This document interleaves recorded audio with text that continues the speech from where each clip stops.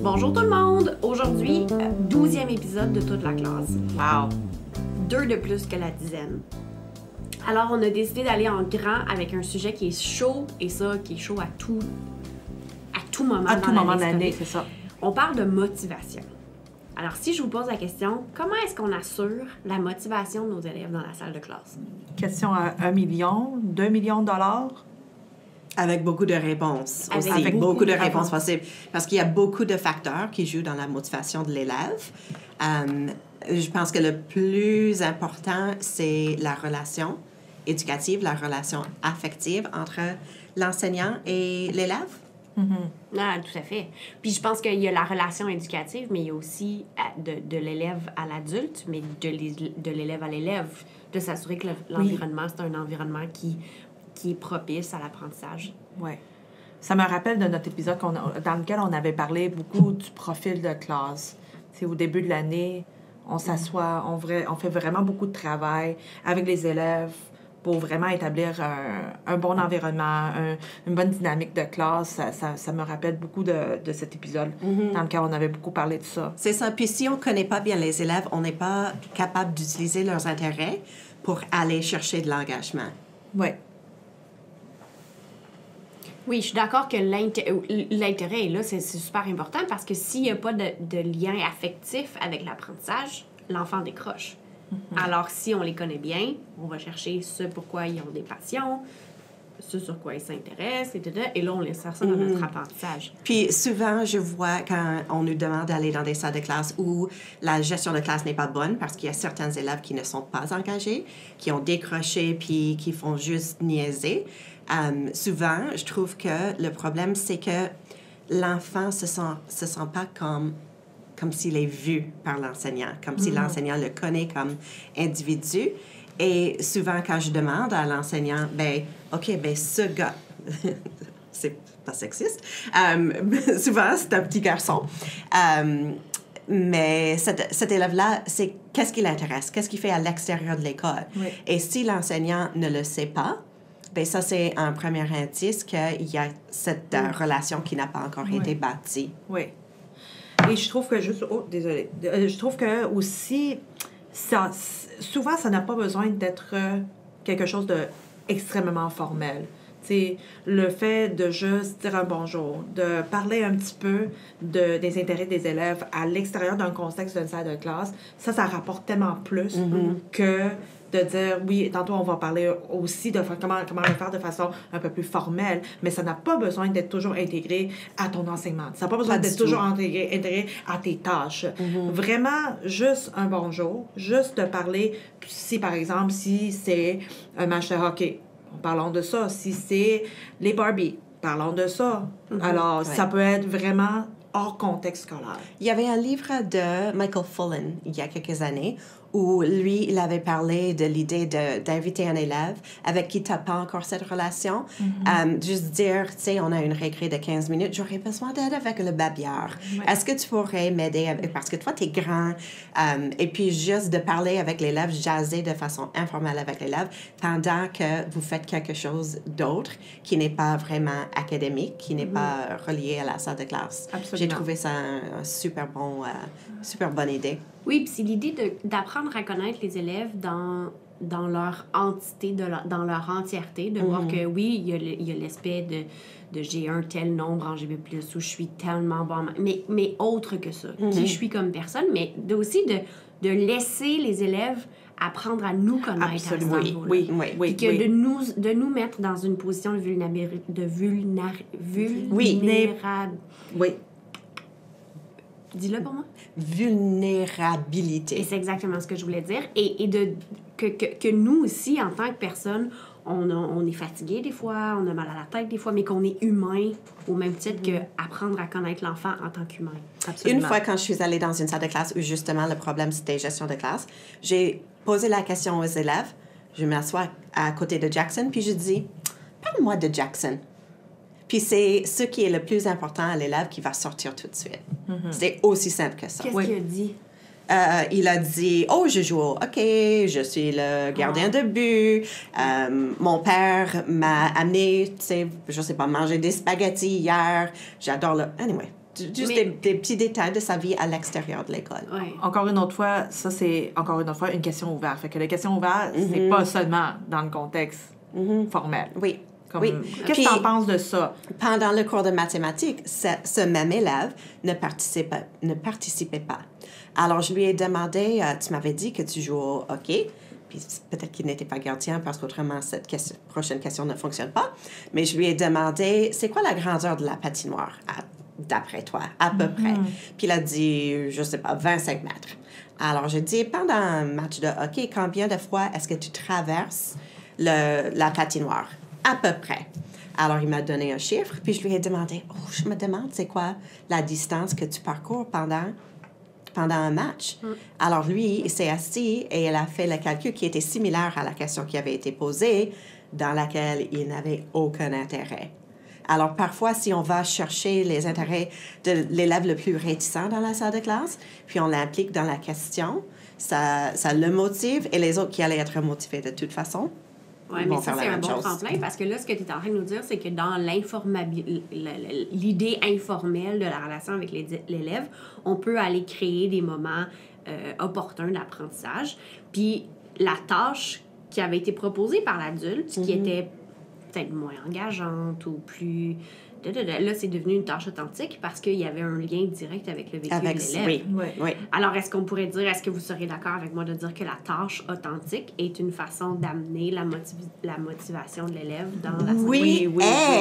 Je dirais que la tâche authentique n'a pas vraiment besoin d'être quelque chose qui va utiliser ailleurs ou qui va avoir un impact sur le monde à l'extérieur. Pour cet élève-là, puisqu'il y a un lien avec son vécu, c'est une tâche authentique. Il n'a pas besoin, ça n'a pas besoin toujours d'être on va écrire une lettre au maire de notre ville pour lui convaincre de da. Parfois, ça peut être aussi simple que de demander à l'élève combien de mètres est-ce que tu patines quand tu joues au hockey. Absolument. Parce que l'idée de mère, souvent, ou de on va aller au siège social ben ça devient tellement gros puis inatteignable comme but qu'on se désengage, nous, comme adultes. Alors que pour l'enfant, c'est encore pire. Là. Il se détache très facilement. Dès que la tâche est trop explosive, ils ne peuvent plus vraiment s'identifier dans ce processus-là. Je comprends que, comme adulte, tout ce qu'on fait, c'est quand même de longue envergure, mais eux autres, ils ne peuvent pas s'identifier dans ces étapes-là. Ben, je me rappelle une fois, j'avais été dans une salle de classe en première année où les élèves étudiaient les solides géométriques. Et l'enseignant leur avait demandé de compter les arêtes, de compter les sommets, compter les faces et de remplir fiche après fiche après fiche, puis qu'est-ce qui roule, qu'est-ce qui glisse, quelle forme, quel solide est-ce qu'on peut superposer. Puis, il n'y avait pas de sens dans les questions, il n'y avait pas de contexte. Et je me rappelle quand mon fils était en deuxième année, toutes les fiches où est-ce que ça roule ou est-ce que ça glisse. Et on a rempli plein de fiches de travail. Mais quand j'ai pensé à vraiment, c'est quoi l'essentiel? C'est quoi la grande question? Pourquoi est-ce que les élèves doivent savoir qu'est-ce qui roule et qu'est-ce qui glisse? Bien, c'est pour savoir quel solide est propice à quel rôle ou quelle action ou quelle... Oui. Alors, tu sais, si on demande dans une cage de hamster, pourquoi est-ce que le bol est un cylindre? Pourquoi est-ce que la cage est un prisme à base rectangulaire? Pourquoi est-ce que la roue est un cylindre? Pourquoi est-ce que la balle d'exercice du hamster est une sphère? Et puis, qu'est-ce qui changerait si on changeait ces prismes-là? Alors, si on mettait le hamster dans une cage en forme de pyramide. Oui. Tu sais, comme... Pauvre hamster. Oui! On le fait courir dans un cube. Oui, exactement. Ça ferait mal. Pouf, pouf, pouf. Oui! Pouf. Commotion cérébrale du petit hamster. Mais drôle, c'est pas drôle. Mais dans la vraie vie, pourquoi est-ce que dans les sports, on utilise une sphère? Comment est-ce que le soccer serait différent si c'était un cube? Absolument. Alors, à ce moment-là... Dans nos habitats, pourquoi nos maisons, c'est des... Oui, si ta salle de classe était un cylindre. Oui. Puis à ce moment-là, tu arrives vraiment aux mêmes connaissances, tu arrives à vérifier la même connaissance, mais en faisant un lien avec leur vécu, avec ce qu'eux, ils peuvent observer, ça fait toute une différence. Comme au lieu de juste dire vrai ou faux. Hein? Mais là, parce que C'est solide à 5 arrêts. Vrai ou faux? Vrai, vrai, Mais faux. je te dirais que, tu sais, quand on dit il arrive aux mêmes connaissances, je suis pas tout à fait d'accord parce que je pense que l'idée, après avoir s'être questionné sur si notre salle de classe est un cylindre, les apprentissages vont être beaucoup plus Riche. propices à rester à long terme que si c'était je coche, oui, non, C'est ça. non, oui, Mais non. on avait parlé aussi dans une autre conversation du fait que parfois le curriculum, c'est pas clair pourquoi est-ce que les élèves doivent savoir connaître les propriétés d'un solide. Alors, il faut vraiment penser nous-mêmes, qu'est-ce que ça apporte à l'élève de comprendre que une sphère ou un cylindre peut rouler, mais un cube ne le fait pas. Ouais. Oui. Mais d'où, c'est ça. Puis l'idée de la tâche authentique, c'est de prendre, comme si on pense, je sais pas moi, au test standardisé, si on pense à répondre à la compréhension de lecture ou peu importe, il y a moyen de transformer mais de garder la même intention, comme d'arriver à la grande idée, mais d'apporter la réalisation de la tâche pour que ça soit beaucoup plus en lien avec ce que l'élève connaît, avec ce que l'élève vit de tous les jours. Si on ajoute les émotions, on va les chercher davantage. Si on va chercher les images, on va les chercher davantage. Fait qu'on peut aller utiliser tous ces facteurs-là, tous ces éléments-là pour que l'élève soit beaucoup plus impliqué. Donc, plus impliqué veut dire plus motivé. Plus de motivation. Est-ce que vous diriez qu'il y a un autre élément qui amène la motivation des élèves? Oui. Parce qu'on a parlé de la relation éducative, on a parlé des tâches authentiques. Quoi d'autre? Le choix. Ah, Ouh. ben oui. Oui, non, ça c'est bon. Puis je te dirais qu'on le sous-estime, le choix. Ou on l'utilise. Souvent, on se dit, bon, on va avoir la paix, on va leur donner le choix, mais il y a beaucoup plus derrière Oui, le choix. Oui. Et je peux comprendre pourquoi parfois c'est épeurant. Quand j'étais à Reading for the Love of It la semaine dernière, c'était vraiment bon. Mais il y avait... C'est une conférence en lecture. Oui, en anglais. Mais c'est évident que toutes les idées sont transférables. Ah oui, absolument. Puis un des conférenciers parlait du fait que lorsqu'on pose des questions fermées aux élèves suite à une lecture, on limite leur pensée. Alors, on leur dit sur quoi se concentrer lorsqu'ils font la lecture. Alors, eux, ils posaient des questions. Puis, ils disaient, premièrement, que les élèves devraient avoir plus de choix dans leur lecture. Alors, pour eux, c'était 40% de lecture autonome, 40% de lecture en cercle de lecture, OK. et puis 20% de texte commun dans toute la classe. Ah! Oui. Alors, c'est plus difficile à gérer parce que tu as des élèves qui lisent des affaires différentes. Il faut que tu saches comment évaluer.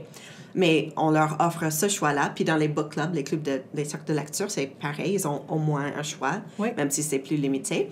Et puis les questions qu'ils posaient, c'était des questions comme... en début de livre, quelles sont les questions que tu te poses? Parce que là, tu es en train d'essayer de construire du sens. Okay? Après quelques chapitres, quels sont les grands thèmes qui commencent à émerger? Puis, qu'est-ce qui est surprenant? Qu'est-ce qui vaut la peine d'en parler dans ton livre? Alors, c'est vraiment ouvert à l'élève. Et puis, à chaque fois qu'il lit un certain nombre de chapitres, il doit faire une 2 pages dans son cahier de lecture, mais c'est libre à lui de décider si c'est un graphique, si c'est un dessin, s'il veut j'aime vraiment. dessiner le chemin du personnage, s'il veut faire des comparaisons. C'était plus comme un scrapbook de la pensée de l'élève.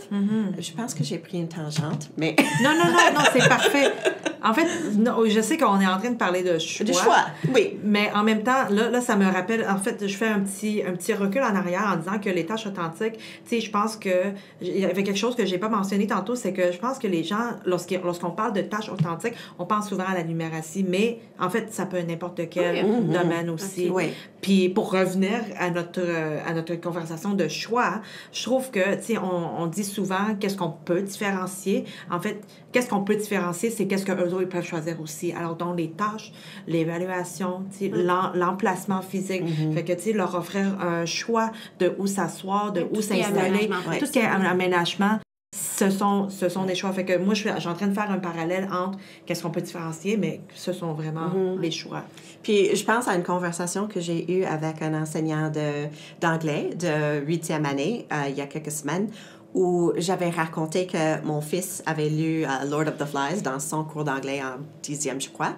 Puis il m'a dit, tu sais, maman, c'est vraiment triste qu'on nous propose de bons livres qui sont très intéressants à lire, mais par la suite, on les gâche en nous demandant de faire des tâches tellement répétitives ou de répondre à des questions de compréhension. Qui sont pareilles. Oui, oui. N'importe quel livre. Et puis, je pense que pour ce livre-là, il avait la même fiche qu'il fallait refaire 10 fois. Alors, après avoir lu 1 ou 2 chapitres, il fallait remplir la même fiche qui posait les mêmes questions, puis, tu sais, quel est le développement Oui! Mais c'est triste parce que, justement, si ça n'avait pas été de ces tâches-là qui sont... c'est taper sur le clou, là. C'est désagréable. Retravailler. Mais tu sais, si on pense à la dernière lecture que j'ai adorée, là, j'ai pas passé des heures à remplir cette fiche-là. Non. C'était un livre que j'ai aimé, puis j'étais pas assise sur une chaise. C'est toi qui m'avais dit ça. Le dernier livre que tu as lu, comme t'étais où, c'était quoi? J'étais pas assise sur une jardoise, dans le gain, assise carrée, avec Non, j'étais assise dans ma chaise confortable, avec ma petite lampe, puis je me suis arrêtée au moment où moi, je décidais de m'arrêter. Parce que des fois, tu lis, puis il y a tellement de choses qui se passent que, OK, là, il faut que je prenne une minute, il faut que je le digère et tout. Mais si j'avais la liberté que... Quand c'est le temps de digérer puis de voir comment je me sens puis de faire un peu d'introspection, si j'ai le choix dans la façon dont je vais te le présenter, ma motivation. Puis là, peut-être que ce chapitre se présente bien à une carte d'organisation d'idées. Le prochain chapitre se démontre bien au niveau, parce que là, ils sont... Bon, il y a des liens qui sont faits. Il y a des liens avec là, je peux faire une ligne de tâches. Là, c'est ça. C'est vraiment différent de remplir cette même fiche 10 fois au cours de mon livre. Oui. Puis le conférencier à qui j'avais fait allusion il y a quelques minutes, c'était Kelly Gallagher, qui est extraordinaire. Oui, c'est absolument. un vrai mot. Et j'ai commandé son livre, ça s'appelle 180 Days, puis c'est lui et Penny Kittle qui ont écrit ce livre ensemble. C'est génial, je le recommande à tout le monde, même si je ne l'ai pas encore lu. Mais lui, il a aussi écrit un livre qui s'appelle Redecide. Et c'est Redecide comme patricide ou redécider. Genocide, read, decide, comme tuer l'amour de la lecture. Alors, c'est ça qu'on veut éviter de faire. Je trouve que je fais toujours un recul en arrière, je suis désolée, mais tu sais, tantôt tu avais parlé des clubs de lecture, des book clubs, que nous autres, comme adultes, des fois on fait partie. Oui, par choix. Premièrement, par choix. Puis deuxièmement, pour revenir un petit peu à tes questions que tu avais mentionnées tantôt, c'était quand une rencontre de club de lecture que vous avez comme adulte, qu'on s'assoit puis on dit où se passe l'histoire? Quel est le personnage principal? Quel est le lien de parenté entre tel et tel? Non, c'est toujours voici qu'est-ce qui est arrivé dans le livre, qu'est-ce que tu en penses de ça? Le thème général, comment est-ce que tu aurais pu changer ça? Est-ce que ça a confirmé qu'est-ce que toi tu pensais? Alors, si on ne fait pas ça, si on ne fait pas... J'ai pas compris pourquoi ou j'ai pas compris la fin. Puis on parle de notre perte de compréhension. On discute. Alors, puis après ça, on fait des liens avec notre propre vie. Il y a eu un décès dans le livre. Est-ce que ça a eu en même temps... Est-ce que ça t'a rappelé d'un moment que tu as perdu une membre de la famille? Tu sais, des choses comme ça, comme adulte, là. Fait que si on se donne le droit et la chance et le choix de discuter des choses qui sont en profondeur, pourquoi est-ce qu'on ne donnerait pas ce choix-là aux enfants aussi? Exactement. Et c'est sûr que pour certains élèves, c'est pas naturel de parler d'un livre. Alors, c'est quelque chose, tu sais, on doit le modéliser, on doit en discuter, on doit leur montrer comment remarquer certaines choses qu'un auteur choisit de faire. Mais c'est en modélisant ces comportements de lecteur que les élèves vont apprendre à discuter des livres. Mais c'est la même chose avec modéliser la lecture en soi, c'est de faire l'enseignement explicite de la lecture ou l'enseignement explicite de la compréhension de la lecture. Pourquoi est-ce qu'on ne peut pas faire l'enseignement explicite de l'appréciation de la lecture? Oh, absolument. Oh, j'aime ça. J'aime beaucoup ça. Et moi, oui. Toi? Oui, moi. J'aimerais discuter de quelque chose que nous, on avait constaté il y a quelques années. lorsqu'on se préparait pour la conférence Connect. Et Qui est une conférence en technologie de l'éducation. Techno-pédagogie. Ouais, à- ou éducation à- en général. Mais non, il y a c'est beaucoup de c'est vraiment technologie. techno, ouais. Ouais. ouais. Qui se passe à Niagara, généralement fin avril, début mai. Oui. Excuse-moi. Non, ça va. On avait commencé à utiliser les iPads en salle de classe, mais les applications iPad où c'est l'élève qui crée du contenu au lieu de consommer du contenu. Mais on avait trouvé que juste l'intégration des iPads, ça a rendu toutes les tâches immédiatement authentiques. Absolument. Mais je te dirais que, et ça, c'est une conversation que toi et moi, on a souvent dans la planification de ce qu'on propose aux enseignants, mais quand, avec la technologie, au niveau du processus d'écriture, il y a une étape qui s'ajoute.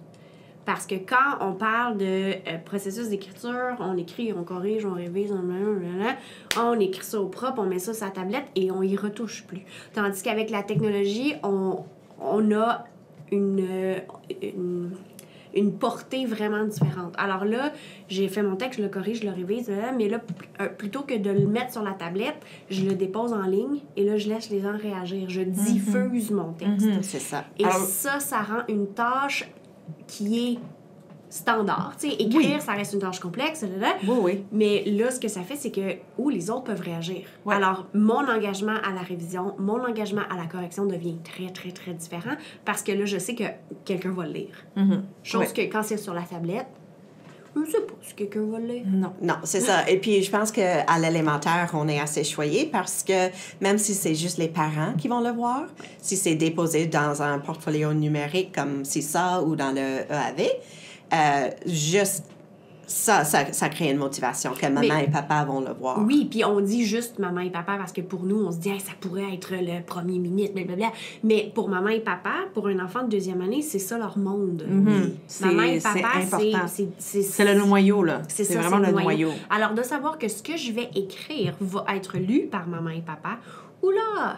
Moi, j'ai envie parce que tout enfant veut qu'on soit fier de lui. Comme, Oui, il y a absolument. personne, il y a pas un enfant qui se lève un matin en disant, moi, aujourd'hui, là... Ça me L'enfant n'est pas construit comme ça. Alors, de savoir que maman et papa vont le lire et je veux qu'ils soient fiers de moi. Alors, voici, et là, j'ai les critères de réussite, j'ai tout ce qu'il me faut pour être capable de faire la rédaction d'un texte de qualité. Puis là, je le diffuse. Puis là, maman et papa... Et là, si je suis chanceux, quand je rentre à la maison le soir, maman et papa vont me dire « Hey, j'ai lu ton texte. Ouais. Parlons-en. Ouais. Et je pense que j'ai déjà dit que pour les parents, il n'y a rien de plus intéressant que la journée de leur enfant. Alors là, tu gagnes, tu sais, avec l'élève, mais aussi avec la relation qu'on crée avec le foyer. Absolument. Absolument. Ouais.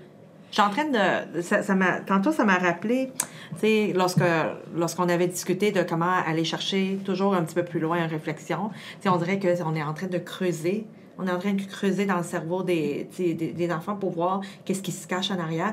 Ça me rappelle tu sais, là, quand tu t'en vas dans des sites web, là, puis il y a toujours un petit monsieur avec la paix qui dit sous construction, là, parce que notre cerveau est sous construction. Désolée, c'est vraiment une histoire à part qui n'a pas rapport du tout, mais je voulais vraiment le partager. Écoute, on ça. est content de l'avoir écouté. Non, je sais pas. Mais bon, on écoute, est là avec toi. Je l'ai dit, puis je suis fière du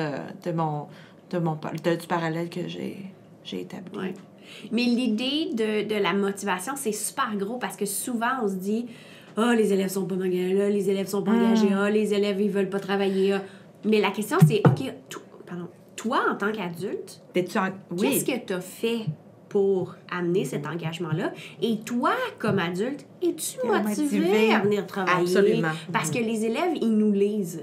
Alors, les matins que ça me tente pas, les enfants, ils voient tout. Ils voient, puis je trouve que pour les enfants, peu importe l'âge, honnêtement, je trouve qu'eux autres, c'est un miroir de nous. Qu'est-ce que nous autres, on génère, eux autres vont le refléter, puis ils vont nous le redonner. Bien, je pense qu'aussi, il faut qu'on revienne à la base, qui est l'intention pédagogique aussi. Parce que ça aussi, les élèves savent si on leur propose une activité juste pour remplir la période, juste pour les tenir occupés. Alors, moi, je dis toujours aux enseignants, j'ai comme un triangle pour la planification où, au sommet, c'est mon intention. Et de savoir pourquoi est-ce que c'est important que l'élève l'apprenne aussi. Et il y a l'élément accrocheur, où sont les intérêts des élèves, comment est-ce que je vais piquer leur intérêt. Et dans l'autre coin, c'est quoi? C'est un appui visuel. Parce que si on se place devant une classe de deuxième année, des élèves qui ont 7 ans, et je commence à parler sans avoir un appui visuel, je les perds tout de suite. Mais c'est ce qu'on parlait la semaine dernière et la semaine avant, on était tous en animation de Carrefour mathématiques pour